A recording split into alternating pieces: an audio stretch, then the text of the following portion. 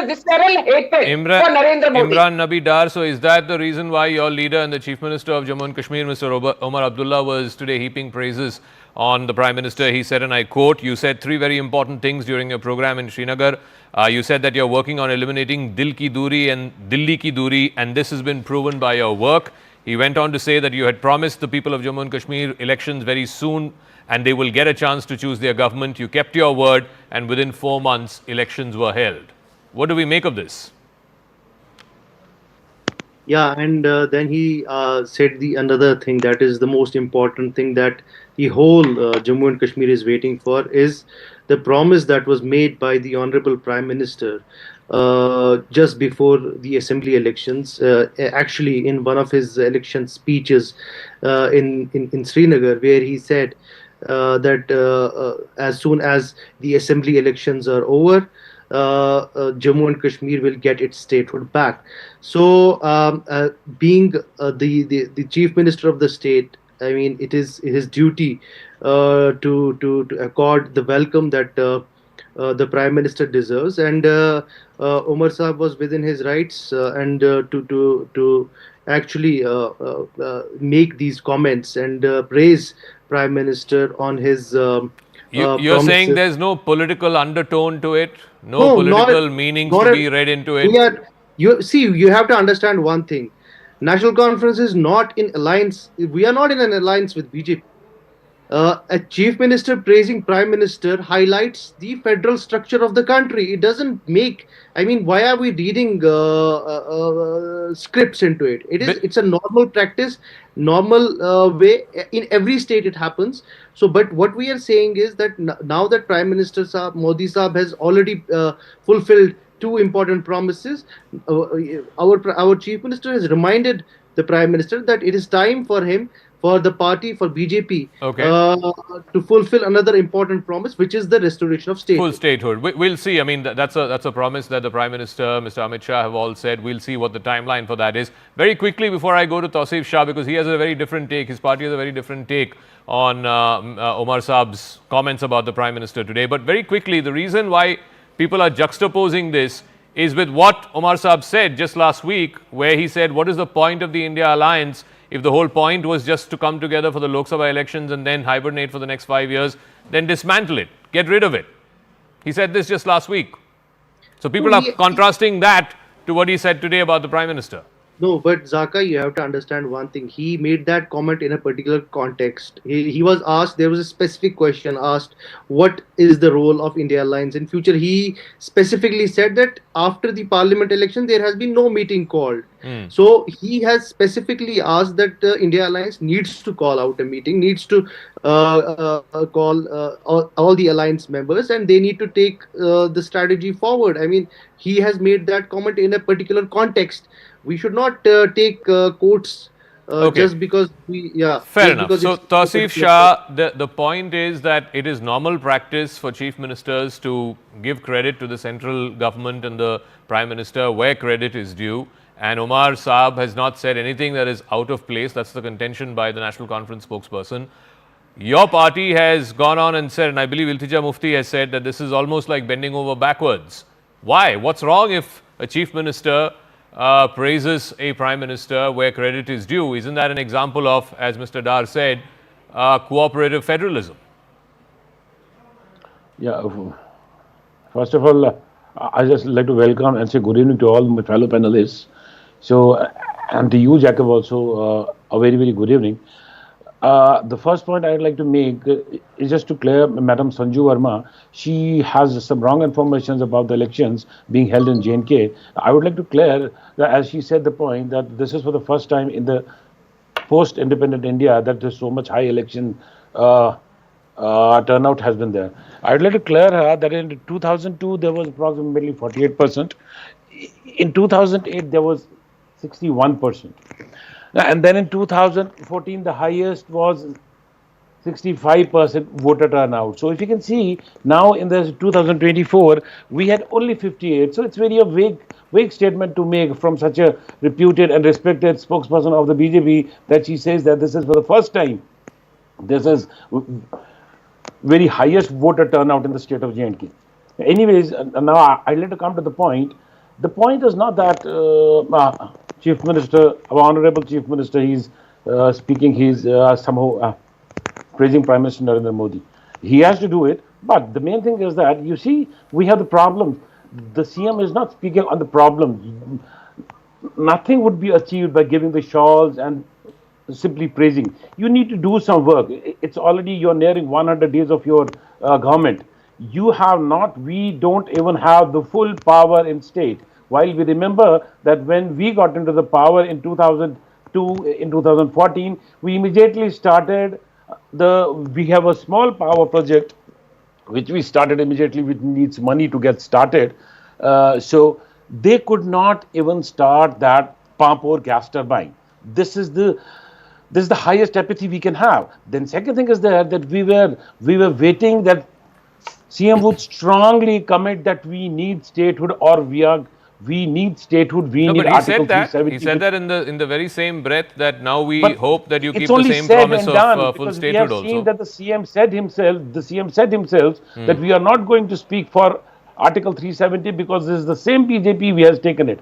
So we need to ask our CM, then why did he fight the election on the name of 370? Then he should have said that we'll go for the statehood, not for the 370. No, but on statehood, your criticism is that he's not taking up statehood, but in that same speech, within the next few sentences, he said that we now hope the Prime Minister keeps his promise of full statehood for Jammu and Kashmir. Now, what we mean to say is that why doesn't he speak about 370? Statehood would come out automatically with it. He has promised the people of Jammu and Kashmir, he got the brute mandate, approximately 46 to 47 seats. Okay. In the alliance, they got approximately 54 seats. It is such a brute alliance. Why are they not speaking about Article 370? Statehood would come automatically in Article 370. Why are they just simply focusing on the statehood? Let me get the expert view in this. General Kulkarni is also joining us. I think the big picture, we need to sort of pivot to the big picture, General Kulkarni, and that is, in the last 5 years, since 2019, investment in Jammu and Kashmir, particularly in infrastructure projects, has gone up 10 times to 4,500 crores. There are more than 1,057 roads and bridges, which are worth about 4,500 crores. Almost 300 bridges are have been sanctioned to be constructed, worth somewhere near 800 to 1,000 crores. The total number of completed infra projects in Jammu and Kashmir in 2018 was 9,200. In 23-24, the total number of completed infra projects in Jammu and Kashmir is 92,000. The big picture is this. There was a time when we were saying, oh, China is doing all the infrastructure building, we are 20 years behind them, 30 years behind them. Given how critical as a border, union territory J&K is, and given its very deeply violent history, this is exactly what everyone had been pushing the government of India to do, and it's being done over the last 5 years. Thank you, Zaka. Good evening and happy Lohri to all the viewers. And I must say, on a very, very auspicious occasion, the inauguration of the Sonamarg tunnel itself, having been all over these places, I must tell you, the kind of development that is taking place in J&K is absolutely a game changer. There is just no denying the fact. You drive down in Jammu, you go from Jammu to Udhampur, from Udhampur to Srinagar, from Srinagar to Sonamarg, and of course, once the Zojila tunnel is through, right to Ladakh, the roads in Ladakh per se, fantastic, unbelievable. I think the investments must be to the tune of nothing less than about $17 billion that have been spent on infrastructure in the state of J&K. And out of the 31 tunnels that were expected, about 21 in J&K, another 11 in Ladakh. All of this, there is a sea change. You can see, you can feel it.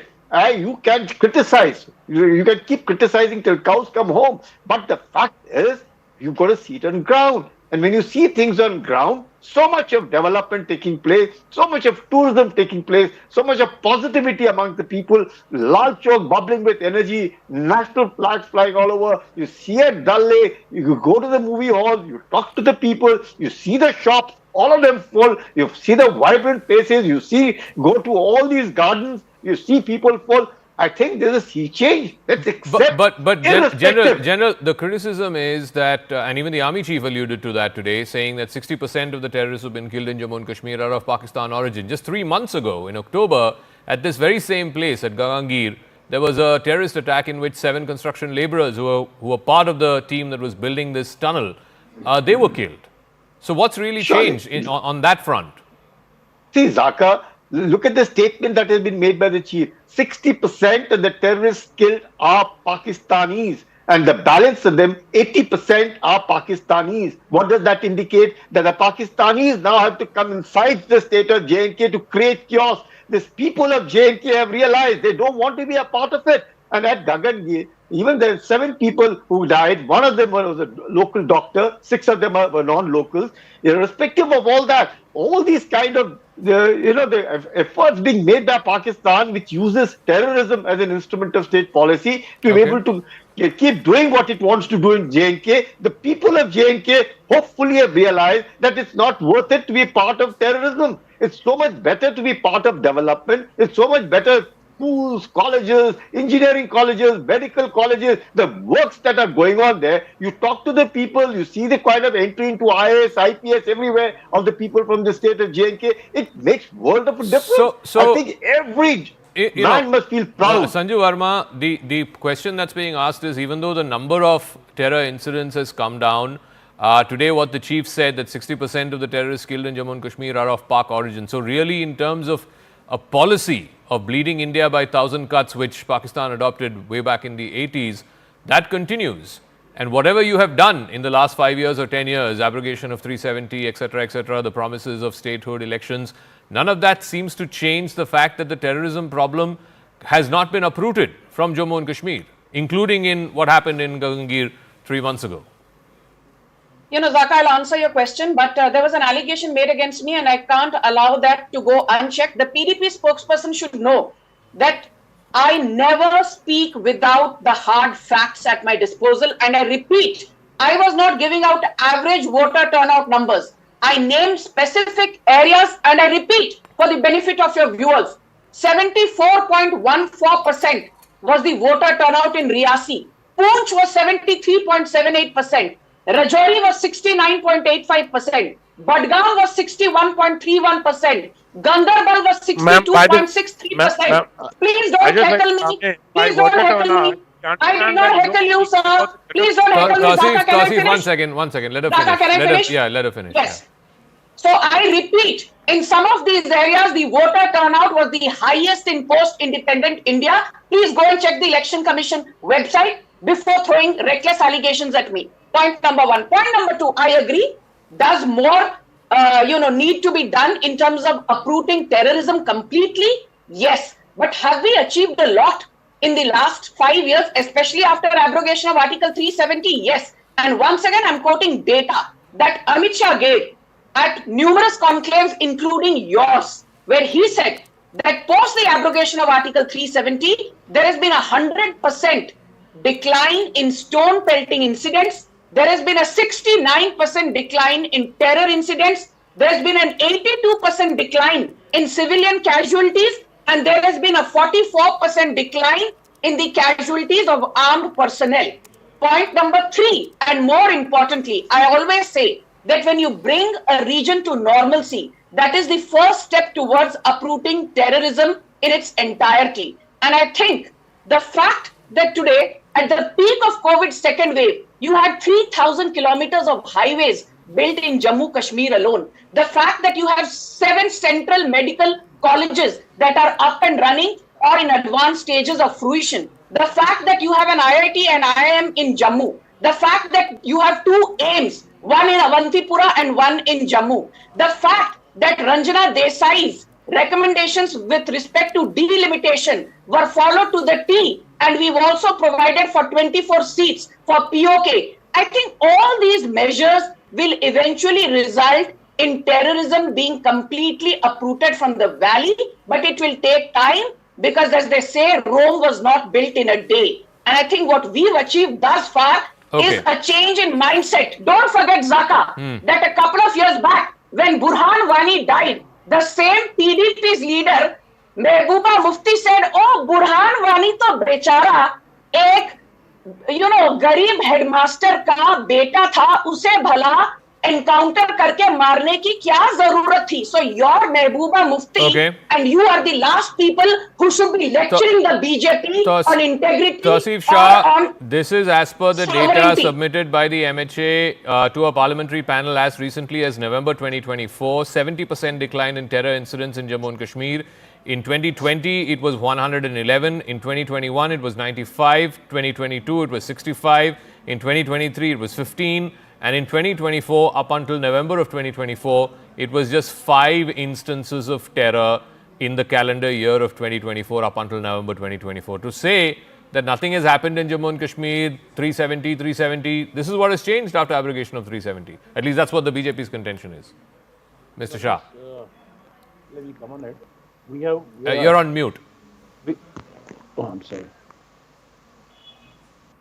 Okay, go on. I can hear you now, yeah. Am I audible? Yes, go on. Okay. I would just like to come back with that statistics, what you're telling me that there are just 5 incidents in the valley of the state of Jammu and Kashmir, erstwhile state of the Jammu and Kashmir. No, it's not true. So this is what MHA has said. This is not my data. This is what MHA has said. No, I can understand it, but you can say that we read the newspapers every day. We have the local news agencies giving the news. Everybody has, like Delhi has. So after every 3 or 4 days, there was an encounter somewhere going on in Rajouri, somewhere in Poonch, somewhere in Kulgam, somewhere in Ganderbal, somewhere in Srinagar. So this cannot be possible. So you please check your statistics. There should be not less than, there have been in the last approximately, since the abrogation, there have been approximately 675 militant incidents, out of which approximately there have been 100 incidents in the year of 2024. Please check it. Maybe I am wrong, but this is the news what we every now and then our newspapers are telling lies. Then our news, whatever the news agencies we have, they're lying. If you are saying that there have been only 5 incidents, there have been not. Like I said, this is not my data. This is the data that's been shared by the Ministry of Home Affairs to a parliamentary panel on this. I can send the link to you. I accept it. But the point is this. The point is this: that on the one hand, you have the reduction of terror incidents as is being claimed, and also on the other hand, as General Kulkarni says, there is visible infrastructure development in Kashmir. You can't deny that. I would like to hand-foldedly just one question for our army chief, that if they accept that there are approximately 60% militants who have been killed have been infiltrating from Pakistan, the Pakistani nationals. So why are they not able to stop the infiltration? We are looking towards them to stop it. We are not waiting here to look at the statistics that 70% come from Pakistan, 90% come from Pakistan. So the railway line which they have started, which they have announced that which is going to start from January 25th or January 26th. Yeah. We have to deboard the rail at Katra station. We have to change the train. We have to come down, new security checkups, everything new. This is because they're projecting, on the one hand, they're projecting that Jammu Kashmir is becoming normal. We are connected it with the rail. Then on the second term, they are showing that we don't believe the people of Kashmir. Okay. We are checking them again. We have to check them once again. We have to respond to that, if indeed terror has come down, then why is the army chief saying 60% of just give me kill terrorists are of Pakistan origin? The whole point is to stop them from infiltrating from Pakistan. Zaka, infiltration can't be stopped 100%. Firstly, despite the fencing, the weather. Secondly, the people of J&K themselves, some amongst them are an aberration who are guarding them, protecting them and giving them the logistic support. Even from the conversations you can make out, there ought to be pride in that you are an Indian. You cannot possibly be saying that, look, Pakistan is doing this. They themselves, until and unless the locals feel themselves good, it's not worth it. Those political parties, per se, must ensure that they must take the people along. They must build and inspire the people for the works that have been done and not constantly be talking, look, Article 370, look, these are the people who put into their heads those seeds of discrimination. They will have to realize that all the good lies with them. It is for them to come forward and do it. Now imagine if you were to ask, why is the infiltration stopping? We are not the ones that are doing. There are militants coming. There are terrorist actions taking place. That's wrong. I would ask the political parties, what are they doing? What are they doing to win the hearts and minds of the Okay. people who are getting them to elect? Mr. Dar, You final achieved the word. progress. The question that Mr. Shah asked you Sir, can I also quickly during comment? the campaign, you talked about 370. After the campaign, you seem to have dropped 370. Now Omar Abdullah is talking only about statehood, and also this whole point that if terror has indeed come down, then at least will you acknowledge that yes, 370 was an impediment to terror coming down, and ever since it's been abrogated, terror has come down. No, I mean, there are multiple questions, so I think you need to give me some time to answer that. As far as PDP's acquisition is concerned, regarding we have dropped demand for restoration of Article 370, I think my answer is pretty clear about it. When you asked the PDP spokesperson that you reminded him that Umar Saab did mention about restoration of statehood, he immediately changed his tone and he suddenly asked for Article 370. The problem with PDP is that they are not able to digest the mandate that National Conference has got. They are not able to digest the defeat that they have been given. No, we've already by digested the it. people of. We have already No, digested let me it. let. I Through didn't the interfere. Hajmola. Please. No, we've There is already no point digested it. interfering. Don't use these Excuse me, words. sir. Please don't I use have these not words that we interfered. cannot There is digest. no Okay. point. We have already I digested really it. have to wrap up. Why are I'm you I'm interfering? completely we have out of not time left on this one. 370, sir. But We Mr. go Dar, to very the quickly, 370. on the point that you don't seem to be talking about 370 anymore. No, but National Conference government has clearly passed a resolution asking for restoration of special status. Our panelists on the debate understand what special status means. Okay. So I don't think we need any justification or clarification to give All to right, Sanju anyone. Verma, final word. 10 seconds after wrap up. I need to go to the next debate after this, please. Thank you, Zaka. Zaka, I just want to say one thing. The PDP was wiped out. Imagine out of 90 seats in Jammu Kashmir assembly elections, they won just 3. That is a measly strike rate of 3.33%. Even if I take the Muslim-dominated Kashmir Valley of 47 seats, in all you got 3 seats. That still is a strike rate of 6.38%. Your Intija Mufti, the daughter of Mehbooba Mufti, lost from Biji Behara. For the first time in 22 years, the PDP lost that seat. Mehbooba Mufti lost from Anantnag Rajouri in Lok Sabha 2024. और आप यहाँ बैठकर BJP को भाषण देते हैं?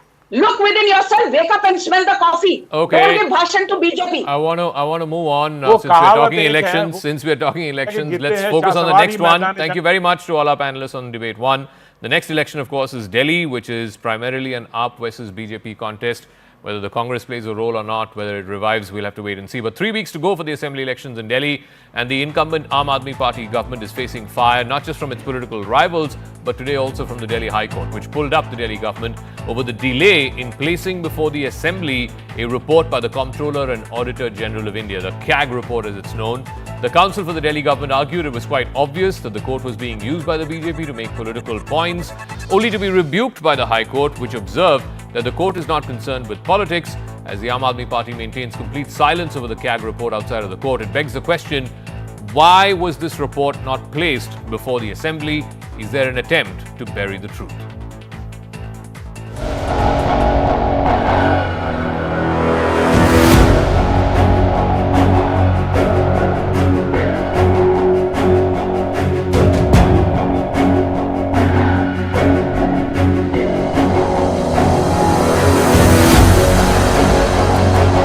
Delhi high court ने एक ऑब्जर्वेशन यूज किया है the Delhi government is dragging its feet in placing the CAG report is unfortunate. Bharatiya Janata party को फर्जीवाड़ा करके चुनाव जीतने की आदत हो गई है। उन्होंने शायद ये फर्जीवाड़ा हरियाणा में भी किया, महाराष्ट्र में भी किया, गलत तरीके से वोट कटवाए, वोट बनवाए, लेकिन दिल्ली में वो पकड़े गए।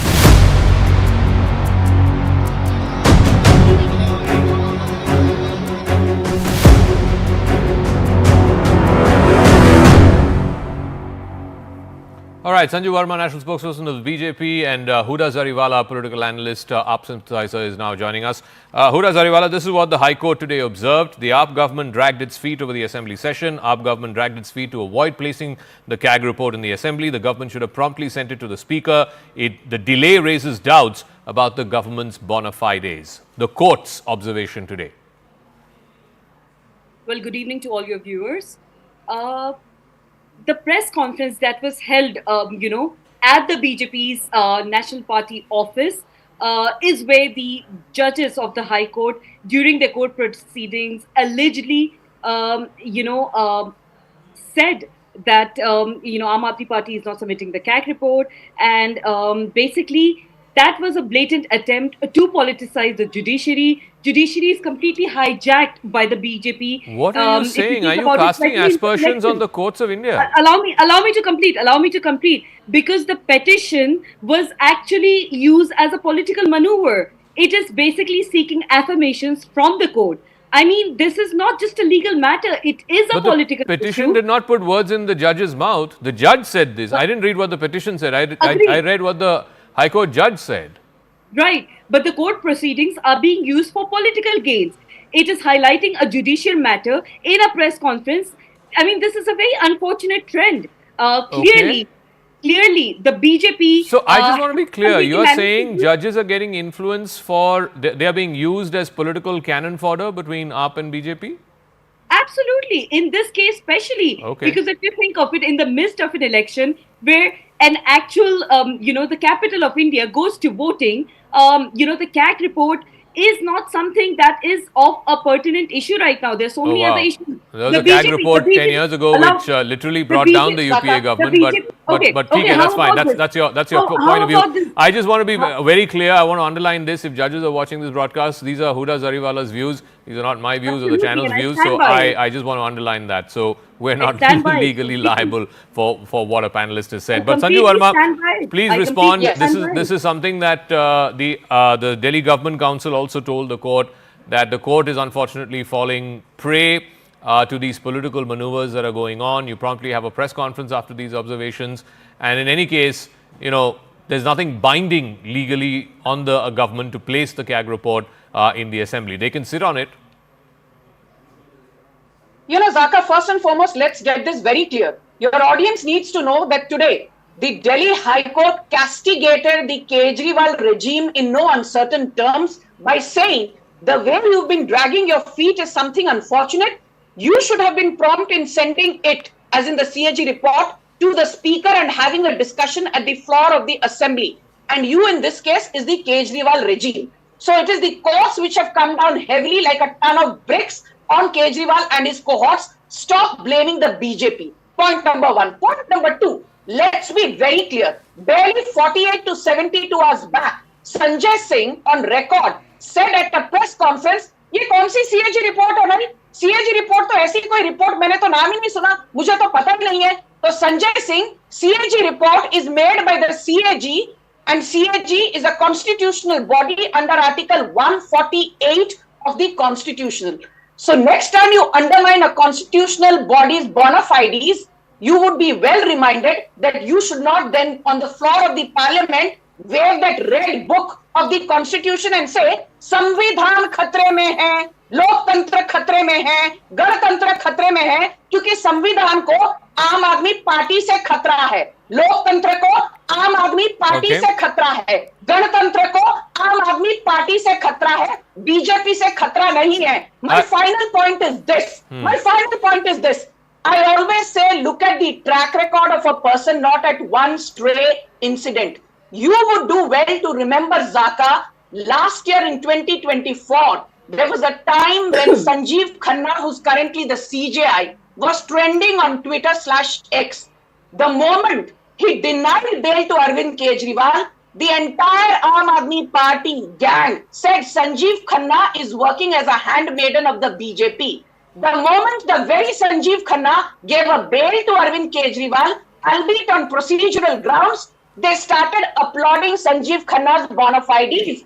And let me remind you also, Huda Zariwala, that in 2023 November, the Delhi High Court pulled up the Kejriwal dispensation and said you can spend 1100 crores on advertisements, but not even 100 crores on the Delhi Meerut RRTS. These are the words of the courts, not of the BJP. Your regime has been repeatedly pulled up by the Delhi High Court and by the Supreme Court. This is what parts of the CAG report have revealed.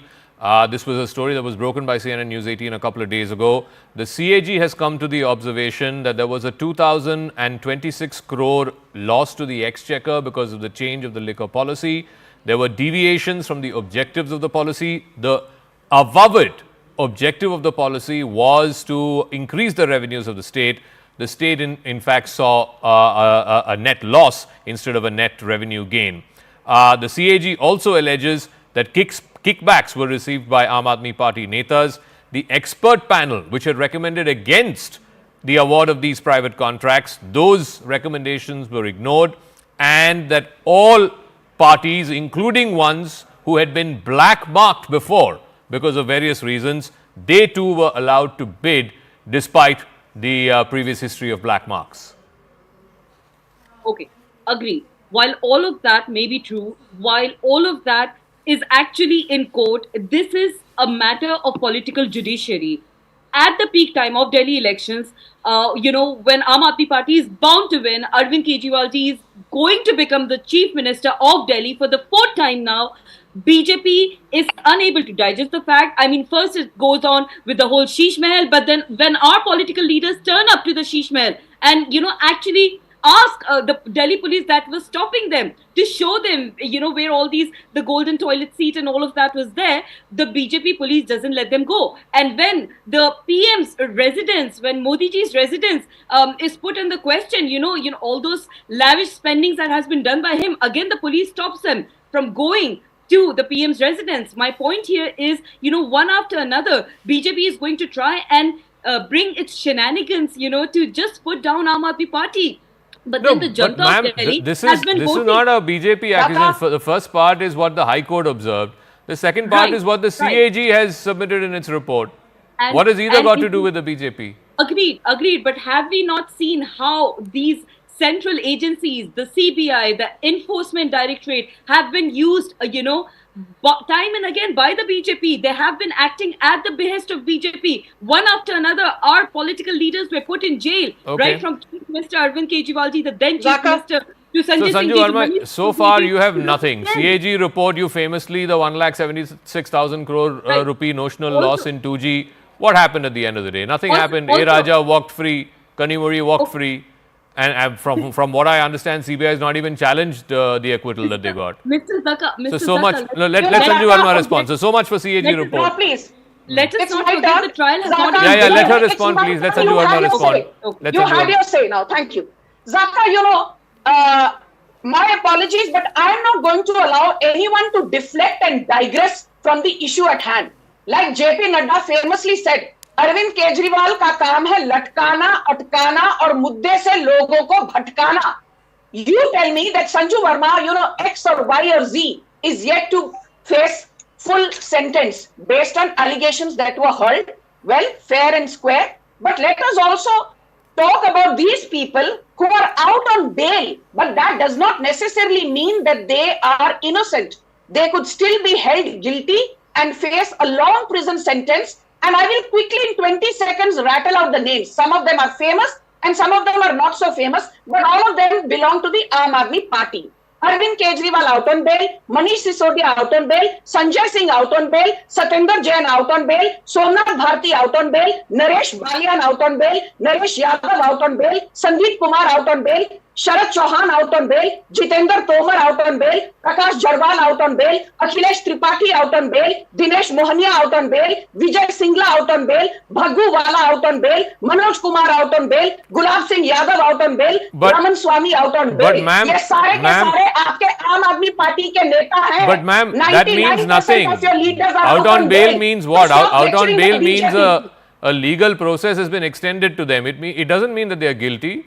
Our entire legal system is built on the edifice that innocent until proven guilty. It also shows how deep the rot is running as far as the Aam Aadmi Party is concerned. Let's not fool ourselves. Okay. Let's not kid ourselves. The Aam Aadmi Party is mired in deep distress because the top brass is currently fighting for survival. मुझे एक बात बताओ. What have you done for Delhi?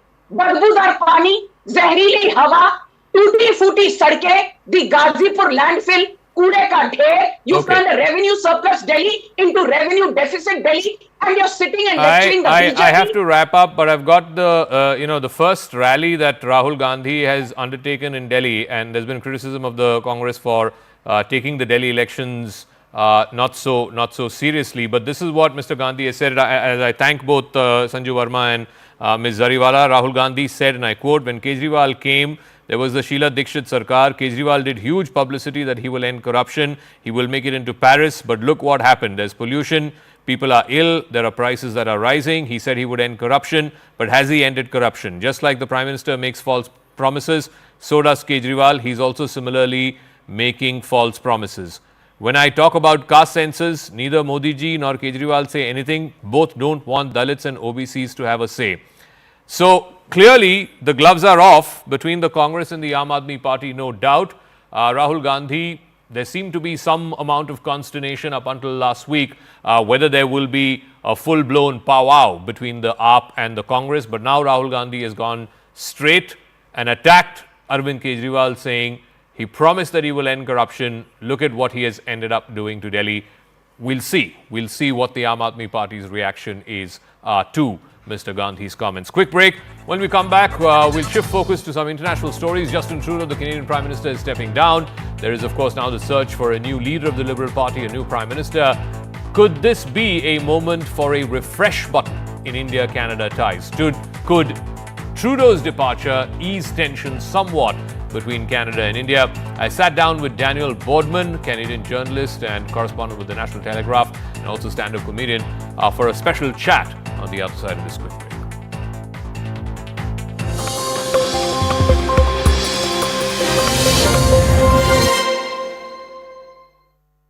Co-powered by. Today is an important day. I'm standing at Sangam here in Prayagraj, and the Hindu festival that has come after 12 years is witnessing the inaugural Snan today.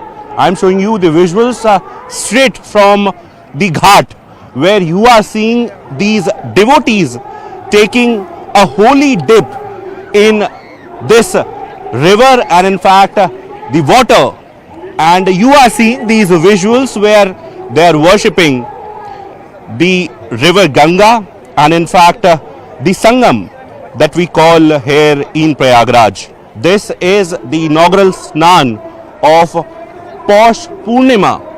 That is in fact the very first Snan here in Prayagraj. And in fact the festival that has come after 12 years is a mega event, a grandeur event for which preparations have been done from last so many months. We have police, Indian Army, Indian Navy, Indian Air Force and all other agencies deployed for any sort of contingency. We have helicopters on standby, we have divers on standby, and in fact we have authorities very much keeping an eye on every movement that is happening here. We have 6 Royal Bhat Shahi Snan starting from 14th January. But before that, today is the inaugural Snan, the Purnima Snan, of which I am showing you these visuals straight from Sangam Ghat. In fact, I'll ask camera person Ravinder to show you the visuals. In fact, the arrangements where the precautionary measures have been undertaken. And in fact, when it is about this particular day, so Snan was started as early as 3 a.m. this morning. They say that Brahm Muhurat is one fine Muhurat where everyone wants to take a dip in this holy water.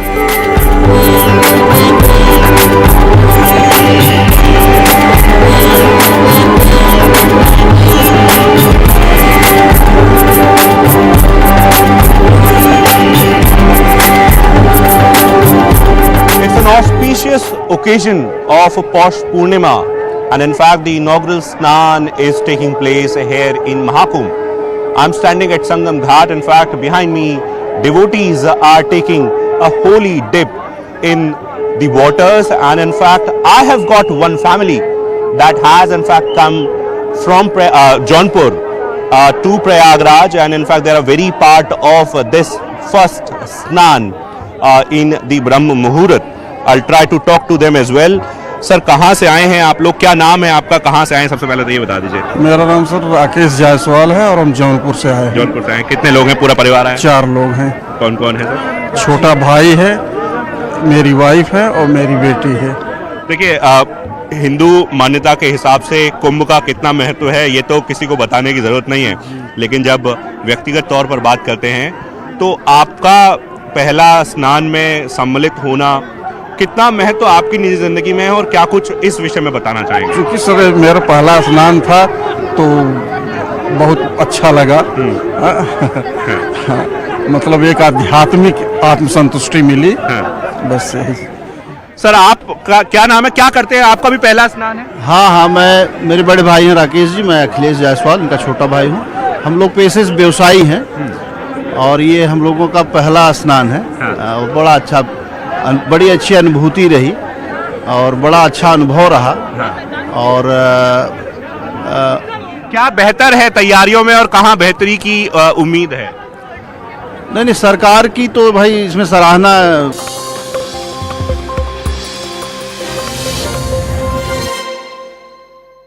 So when Trudeau went to Mar-a-Lago and tried to kiss and make up and try and find a middle ground, you think that was a disaster? That didn't really go the way he planned? Yeah, I don't think it went planned because I think I don't think Trudeau's capable of like introspection, and because like again I think there's some effort on the Canadians because people are starting to get arrested now for drug dealing, and you're seeing some drug busts now in Canada. It's all open, like, you know. If they didn't have millions of dollars in fancy lawyers, I could just say like, okay, this guy's here, he's there, this guy, it's there. So you now see the RCMP cracking down on it, looking for more, trying to prove there are drug busts. So I do think there was some fire lit under the Canadian establishment that like, okay, we actually have to do something about crime and drugs. And it's the same sort of mentality with the British grooming gangs where everyone knows, but they're paralyzed by being called, fears of being called racist or whatever, because the criminals know that, you know, all we have to do is scream racism or something. Do you think the same thing's happening with the Khalistani gangs as well? That no one wants to act on them because you're afraid of being called racist? Yeah, and they've learned it. I mean, the Khalistanis have learned to co-opt the language of the international left. They work very closely with like the Muslim Brotherhood, who figured this out years ago. And they're involved in all this different stuff. So it's a lot of things. It's, you know, people don't really know what the Khalistanis are until very recently. They saw like the sword-wielding lunatics running around the country.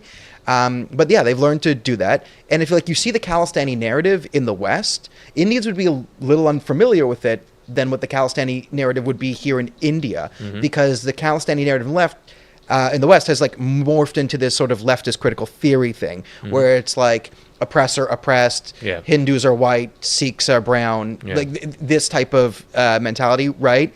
So it's very much sort of morphed to fit, right? The Khalistanis figured out to sell their narrative so it passes by, you know, someone at Carleton University or U of T or UBC goes, oh, you know, they're oppressed by the oppressors who are this, and Hindutva, scary word, right? So they've the way the narrative goes, it's very much catered for a Western audience. But now with Trudeau gone, you see that changing, or it's whoever is so, at the helm? So, like, I mean, Trudeau will go and it will get better, right? That's at the top, right? I'm not saying there are no Khalistanis in the Conservative Party, but there are significantly less. The Conservatives will have a supermajority, and the Khalistanis don't have any balance of power in the new government.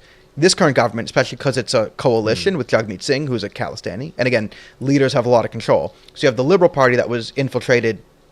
You know, you could list Usul Dosanjh and Ramasanga and like just how infiltrated they are, and you had a deeply infiltrated Liberal Party with a NDP party who's run by a Khalistani, and in order to maintain power, they have to pan it to the mob. They have to pan it to the mob because the Khalistanis can break this government if they want. At any time, the Khalistanis could bring this government down. But who's the deputy leader of the Conservative side is also there's like there's two deputy leaders. Okay, you have Tim Uppal, who's at the same parades as all the different people, and then you have Melissa Lantsman, who's. So why do you say it'll change when the Conservatives come?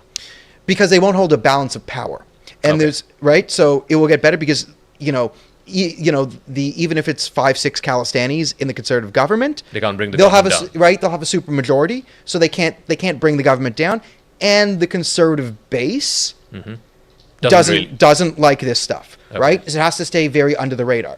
You can grab a sword and like burn down a church in the Liberal Party, and the Liberal base will go, oh, that's an interesting social justice platform. And churches are burning across our country, and Justin Trudeau literally said, oh, this is understandable, right? So that really kicked off the attacks on synagogues and Hindu temples, started with the burning of the churches, and the Prime Minister going, understandable behavior. You're saying with Poilievre, it'll be different. It'll be He's different. He's going to respond differently if such a thing were to happen. I mean, he might be apathetic, but like there's only a level you can go to in the Conservative Party, right? Listen, I don't know Poilievre's mind, and he's not a hardcore counterterrorism guy. He's more your economic libertarian, cut the taxes and the woke nonsense. There's Tell us a little bit more about this guy. He's going to be he's going to be prime minister. He's going to be prime minister next, yeah. So we need to know about him. So we're covering him. He's very different from traditional politicians. He's not a Stephen Harper type. Stephen Harper, he created the modern Conservative Party. Like, he brought the Reform and the Progressive Conservatives together, and he kind of ran that party as like his own thing. And he was, good economically, more like, socially, traditionally conservative. Yeah. Whereas Pierre, I think, represents his a bit younger libertarian side to him. They call him Canada's Trump. Is that a fair? No, he's not. No, he's not like Trump. And I would cover the campaign. He's like, this is the whole misconception around populism. Pierre Poilievre is not a populist. He's just very popular. If you go to a Pierre Poilievre rally, and I've covered them, Pierre Poilievre will do like 10 minutes in depth on like, here's a problem with housing. Here's how it works. Here's how I'm going to fix it. Here's an actual 4-point plan. And he can keep young people and old people engaged while talking about monetary policy that means something to them. That's a skill, right? So how I want to circle back. You said he's popular but not populist. Yeah. But in this day and age, in the politics that we're seeing, world over, that's a rarity. That is a rarity. But like, it's who defines what populist is, right? Populist is just a scare word generally used for a politician you don't like, to use a scary word. And then, some people on the right will adopt it as like, yeah, we need a populist leader, which means you just want someone yelling at your enemies. And populist generally means like we want hard rhetoric. It's more important than policy to me. But so what does he stand for, Poilievre? What is his? I mean, I've heard of axe the tax and stuff, but that's like the big signature. Yeah, so it's sort of your like economic libertarianism. It's your smaller government. Actual like pride in Canada. Canada is something. So Poilievre's version of conservatism, again, like his wife is from Venezuela, like a Venezuelan dissident. So he's very anti-communist. The Conservative Party is pretty good on like Islamic Republic of Iran and counterterrorism and all that. So you think the relationship between Ottawa and Delhi will improve under Pierre? Yeah, because Pierre is a businessman. I mean, you'll have, listen, once resources get to market, this is not the hardest thing to figure out, okay? Canada has tons of resources. The Liberals shut it down. A lot of our problems come from the Liberals shutting that down. Canada has tons of resources. India needs resources because it has tons of people, right? It doesn't take a genius to figure this one out. It takes a lunatic to break this thing, and we had one for 10 years. So, I see. I mean, Poilievre will.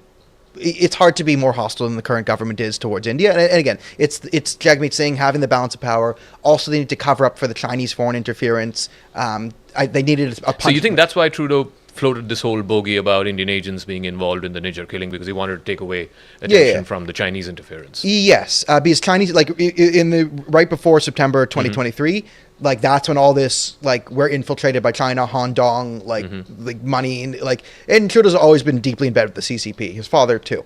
So as this really big Chinese interference, and everyone's talking about foreign policy, foreign interference, it was a big thing. And the narrative was Trudeau's lackadaisical, they're covering up foreign interference and all this. So if you accuse India of foreign interference and then you go, 120% on India, you get to then turn to the media and say, I'm so hard on foreign interference. Look, I've kicked out a diplomat. I've done all this. And so, I mean, I think there's a couple of things I said that right at the outset that seemed to be true. Is like, one, I said, this is a story of Pakistani foreign interference guised as Indian foreign interference to distract from Chinese foreign interference. Okay. And I think that's borne out. And when they started to say, when I started the reports of like, oh, Indian foreign interference in Canada is a high type thing, I go like, it was like Iran, China, and India. And I go, what, India? Foreign interfering in Canada? So this is happening in the realm of politics. Obviously, you know, there are the TV interviews, there are the podcasts, you know, people are talking about it on Twitter, etc. But what about the people? Are people really talking about it? Are ordinary Canadians talking about just how bad the relationship has become between India and Canada? Yeah, I mean, at the outset, like, Canadians like our image as, like, the good guy, right? Like, Canadians love the fact that Americans, when they backpack around Europe, put Canadian flags on their backpack because everyone likes Canadians more.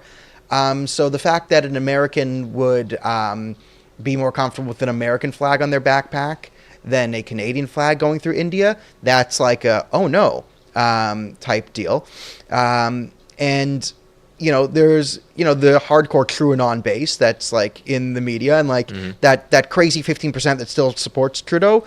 India, Modi's coming for us. Modi's, where is he? You know, is that Modi? You know, take it. You know, take your mask off. That's sort of where they're at. But the average Canadian, they're so fed up with you could say the wokeness.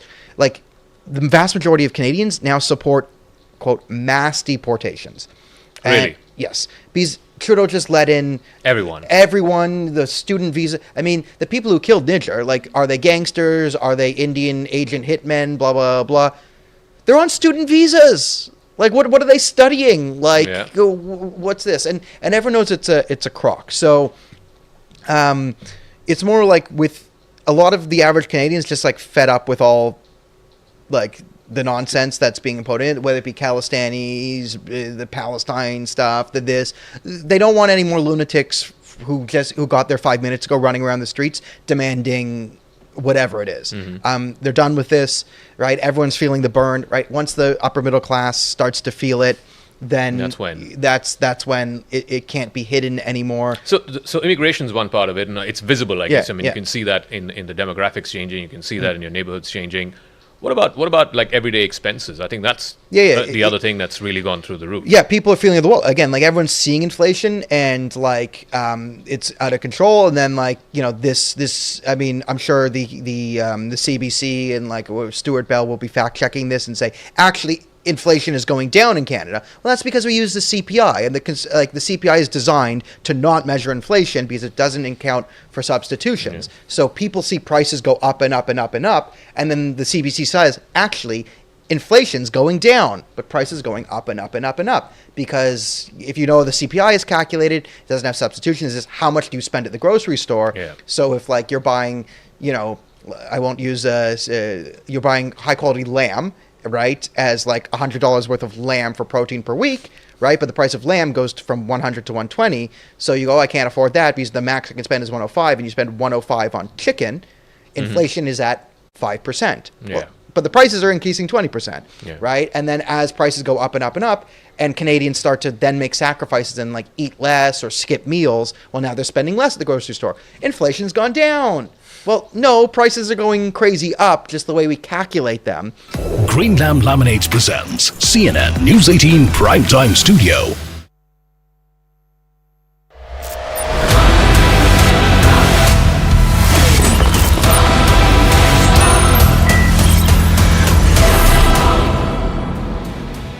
We're live from the CNN News 18 Primetime Studios, brought to you by Green Lamb Laminates. Viewers, look at your screen. The biggest religious festival on earth has begun today. On day one itself, 1 crore 60 lakh pilgrims have attended. Some from far away as America. In 45 days, more than 45 crore pilgrims will have attended the Mahakumbh. Pause and think about that number. Contemplate it for a few moments. That's more people than the whole population of America visiting a town in over a month. Imagine the whole population of America at one go moving to visit a town. This number is more than 8 times the size of all the citizens of Britain. or nearly twice the number of people that live in Pakistan. Imagine the arrangements that must be made to transport, house and feed those members. And Yogi Adityanath, the Chief Minister of Uttar Pradesh, who you can see in your screens, has been personally visiting Prayagraj almost every day, where this temporary district has been set up to ensure that the pilgrims don't encounter any problems. When a mass of people of that size moves voluntarily, it must be for something they care about, something that they deeply believe in. In this case, it is being a Hindu. The aim, of course, is to attain salvation. If these pilgrims lacked belief, they would make the journey from the farthest corners of India and the earth. But there are some who have us believe that attending the Mahakumbh in deference to faith is an act of futility.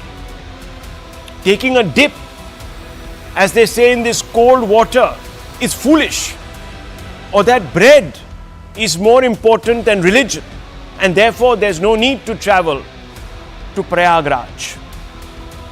Viewers, Akhilesh Yadav, the chief of the Samajwadi Party, is one of those individuals. And he's come out and said, and